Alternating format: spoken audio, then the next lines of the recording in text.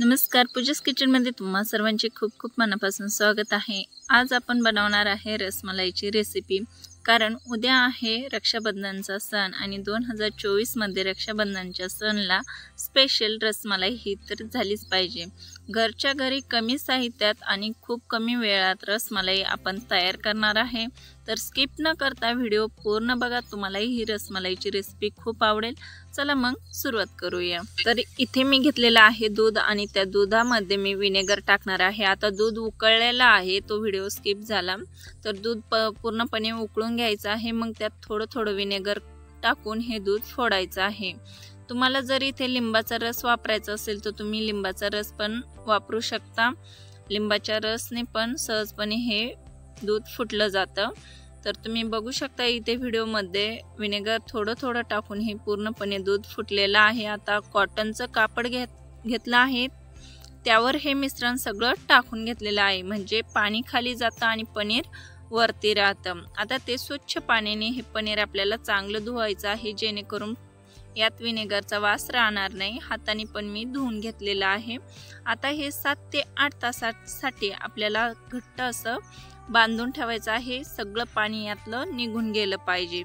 तर 7 ते 8 तासानंतर आपण बघणार आहे किती घट्ट आपलं पनीर हे झालेलं आहे। आता थोडा बेकिंग सोडा आणि अर्धा चमचा कॉर्नफ्लॉवर टाकून आपल्याला हे एकजीव मिश्रण मळायचं आहे। हे जेवढं आपण मळलं ना तेवढे आपले रसमलाईचे बॉल चांगले होणार आहे, जेणेकरून ते असे फाटले जाणार नाहीये।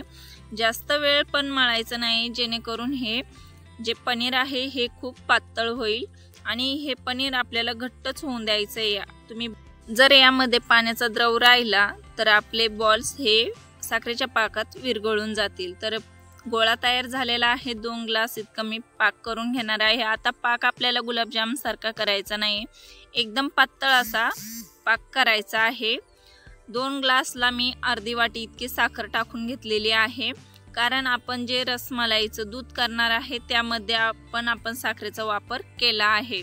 तर इथे थोडीशी साखर टाकून उकळी जेव्हा येते ना, उकळी आल्यानंतरच हे पनीरचे बॉल केलेले आहे हे यात टाकून घ्यायचे आहे आणि मस्तपैकी 5 मिनिटासाठी शिजून घ्यायचे आहे। 5 मिनिटानंतर हे आपल्याला थंड होऊन द्यायचे आहे। थंड झाल्यानंतरच हे साखरेच्या पाकातून आपल्याला वरती काढायचे आहे। तोपर्यंत आपण इथे जे रसमलाईचं मिल्क आहे ते तयार करून घेऊया। पावशर दूध घेतलं, त्यात फ्रूट टाकून घेतले, साखर टाकून घेतली, वेलची टाकली आणि थोडासा फूड कलर टाकला। आता हे चांगलं उकळून घ्यायचं। यात केशर जर तुम्हाला टाकायचे असेल तर तुम्ही केशरचा पण वापर करू शकता, तुमच्या आवडीप्रमाणे तुम्ही इथे ड्रायफ्रूटचा पण वापर करू शकता। आता चांगली उकळी आलेली आहे। आता हे चांगलं उकळून आपल्याला फ्रीज मध्ये थंड व्हायला ठेवून द्यायचं आहे। आता आपण बघूया, पनीरचे बॉल मस्त थंड झालेले आहे, ते पण आपण एका प्लेट मध्ये काढून घेतले आहे।